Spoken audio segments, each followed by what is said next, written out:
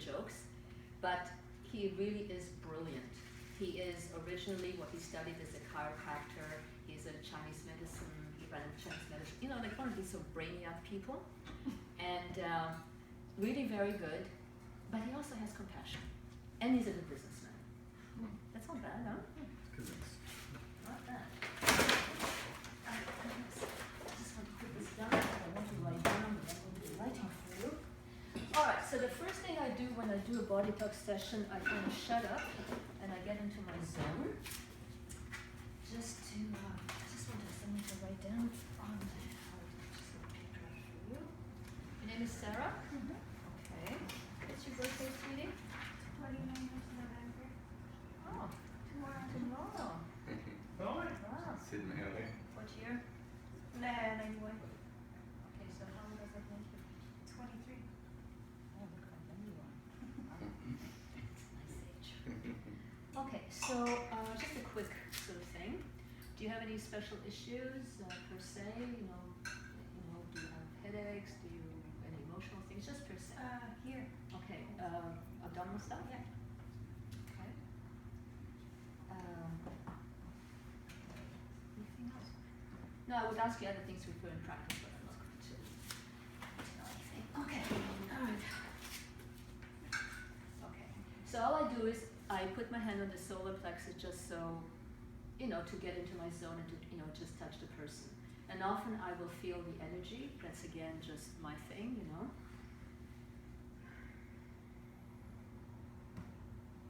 You see, when I look at you right away, my eyes are drawn to this area down here, right? Right away. Like there's a pull there. And there's a pull this way, yeah? But it is also connected to the heart center. Yeah. Okay.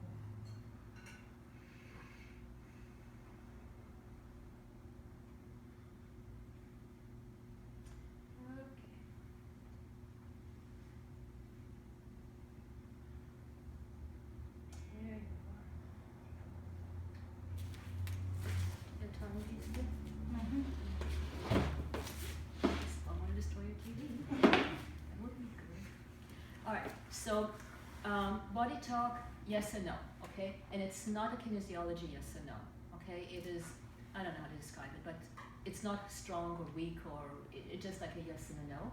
We always ask for permission because sometimes we have permission here. The only time I didn't have permission, I think I told you a story too. Somebody came to see me with narcolepsy, drug dealer. His girlfriend brought him. And he had a problem because he would fall asleep, right? When he was drug dealing. And it's a nice man. But he was afraid to go to the doctor because he thought he would need to cut his head open. So it was just, go take some medication, you'll be fine. You know, but that was the only time when body talk would have been of no use, okay? So permission is not an issue. We connect interface right and left brain hemisphere, okay? So the innate wisdom. And we are looking for priority, and we're going to create 2 or more connections for you to shift that needs to be shifted. At the end, when we implement, I will tap very lightly on, on your head, both hemispheres, and on your heart, because we want the brain and the heart coherence to work together and not get the mind all interfered, okay? So, okay, I'm going to talk out loud so you can hear what I'm saying. So we're going to begin in section 4, and we're going to go down to bodygenics, which is a blockage right away. Organ, endocrine, body talk, we're going to the energetics area. So are we doing chakras, meridians, we're going to the psychological field, we're doing perception. So we're going to be looking at something that is a false, because a blockage is a false belief, okay? When you think I'm happy, that's not a blockage, okay? I'm unhappy could be a blockage, okay? So I'm looking for a blockage in your perception, and I'm going to ask, is it heart related?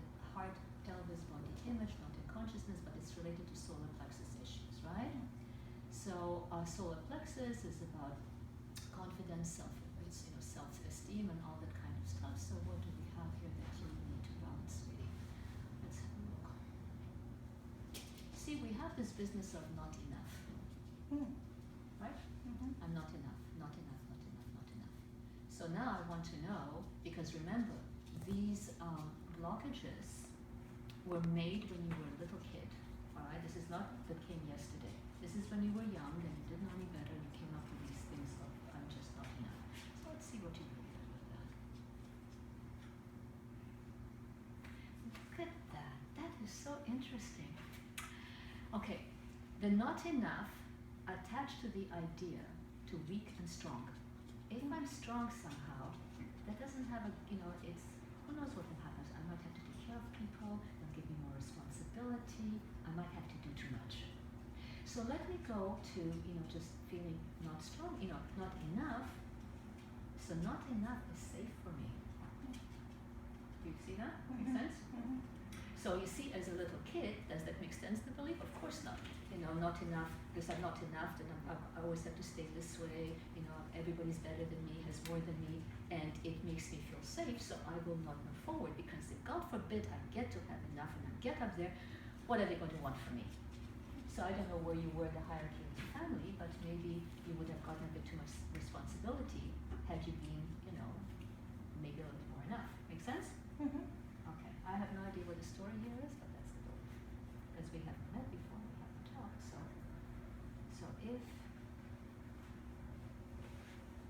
so that equals to being safe. Okay, just a child, so it's a false belief because it makes no sense. So we're going to balance that, all right? So now I want to know, because we always have, this is an ecosystem, nothing works by itself, okay? So we need to connect it to something in order to create, like, for your body, mind to work on. So do we have another blockage? No. So we go up to section one, and we're going back to energies. Oh, okay. So we're going to go, oh look, because a chakra stuff. Oh, inherited material. That's family matrix. Oh. So which means I have my beliefs, but there's an influence from the family that exacerbates it. Okay, like a gene, right? So a chakra is where all genetic material comes in. So now I want to know, in what area? Oh, it's going to be in the area of religion. Oh, yeah. So when I talk about religion, we're not doing per se, we're doing all the same religions. Reward, punishment, sacrifice, obedience, that kind of stuff, which all religions have, by the way.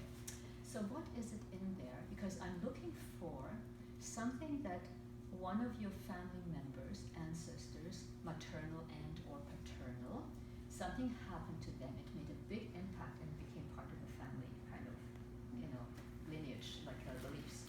So what do we have in religion?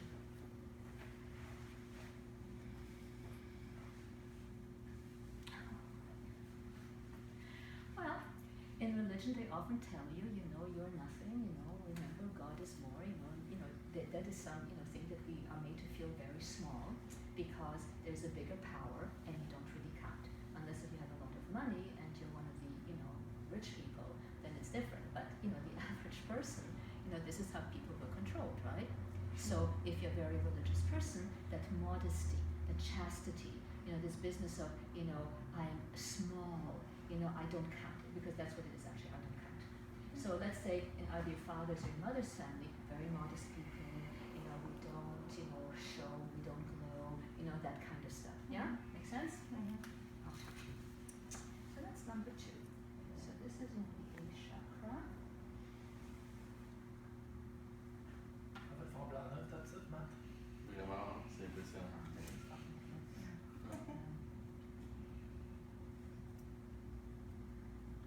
Let's see how I'm going to call this. So I'm going to use the term, I'm not important enough. Okay? So again, see how that plays in? So you have this little girl who has come to understand that I'm not enough, being something safe. People are not going to ask too much of me if, I just stay like this. But I also have the family that has this sort of view, I'm not important enough. So you see, that plays and exacerbates it. So for her to shine is hard. to go in front of people, to really, you know, it's, well, you have a good will, do you? Yeah. You have a good mask, huh? Yeah. Well, that's what we do. All of us. None of us, you know, want to be somewhere in the gutter, right? We all want to be, you know, hey, notice me, you know, like I can do. All of us. Just look at children. So, okay, we have that, but we still have another link. And this time we're not in energies. As a matter of fact, we're going down to the fourth, and we're going to lymph. So lymph, of course, is the venue the body uses to cleanse, right? So we're going to anchor to the pubic bone, or chakra issues, right?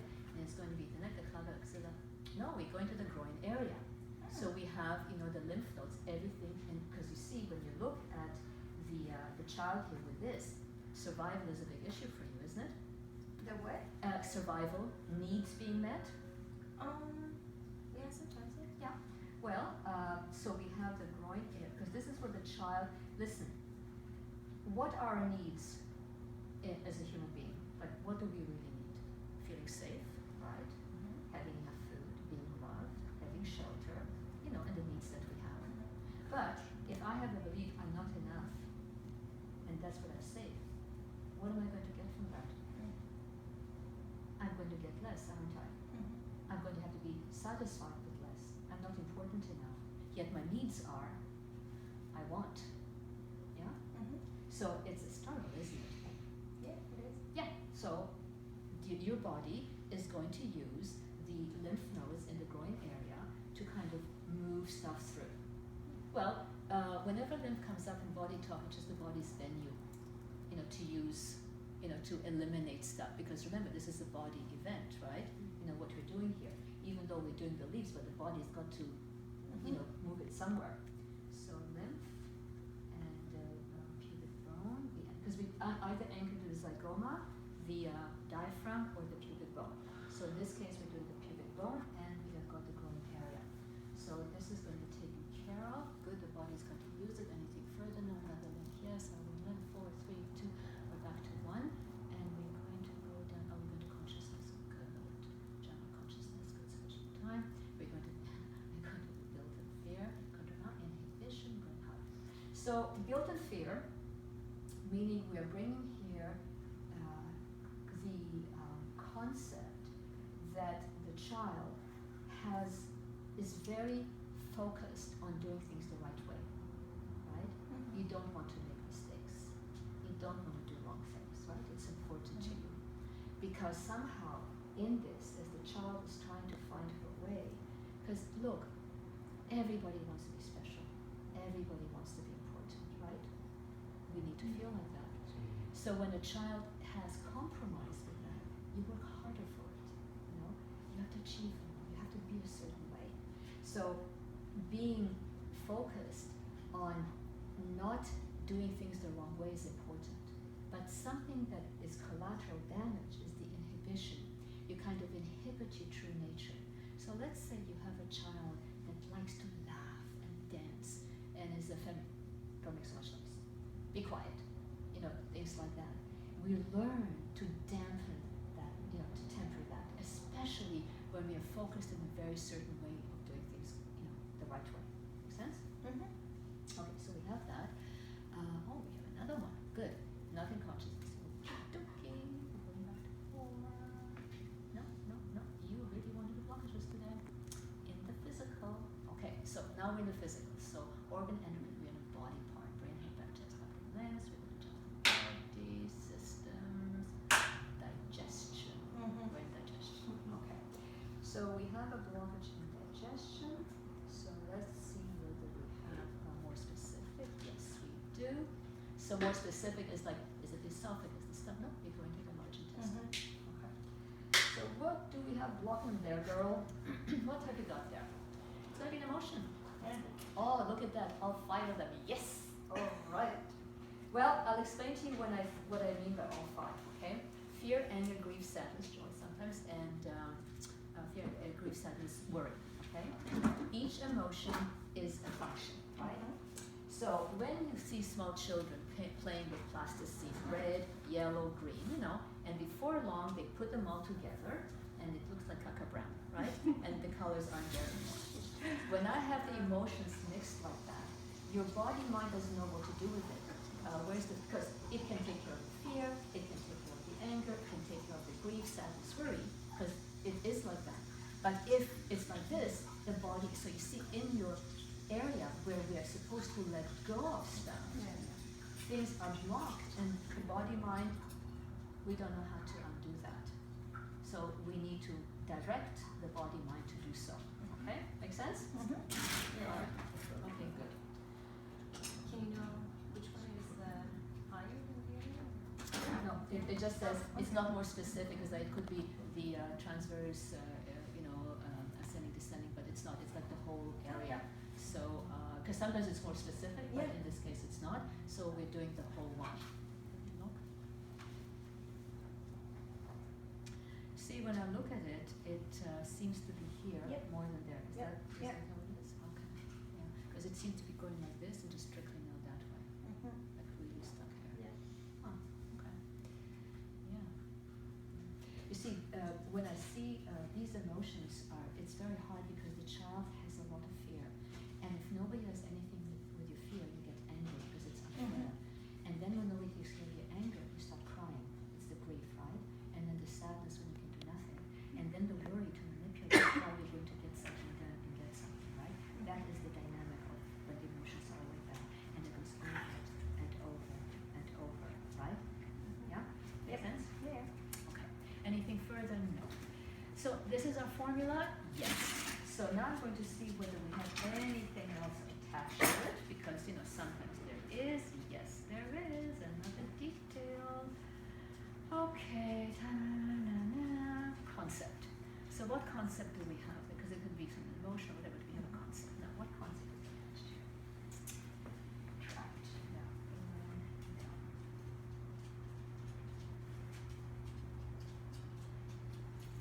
See, it's not trapped, but it's immobile. It's sort of like disempowered. Not being able to kind of move. That feeling. The child is kind of stuck, but not trapped. It's it's not disempowered, helpless. No, immobile. Immobile. Yep, it's immobile. So what is the difference between immobile and trapped? Okay, trapped is something is surrounding you, right? Immobile, you're just standing there, which means you can move, but you don't. Okay, that's, trapped, right, would be like you're contained somehow by something, emotions or belief. But immobile is just, you're standing there, you're not moving, which means you can move if you want. But this makes you feel, I am not moving. All right. Well, that's what it says. Does it make sense to you? I'm trying to. Okay. All right, so let me ask you this. How easily do you let go of things? No. Exactly. How wonderful was that? Okay, that's what I think. Yeah. That's when the psychology matters. Yeah. So you see, because you were thinking of just not moving, right? But that's not, in the context of Yeah. this formula, that's not what it means. Okay, it just means, okay? All right.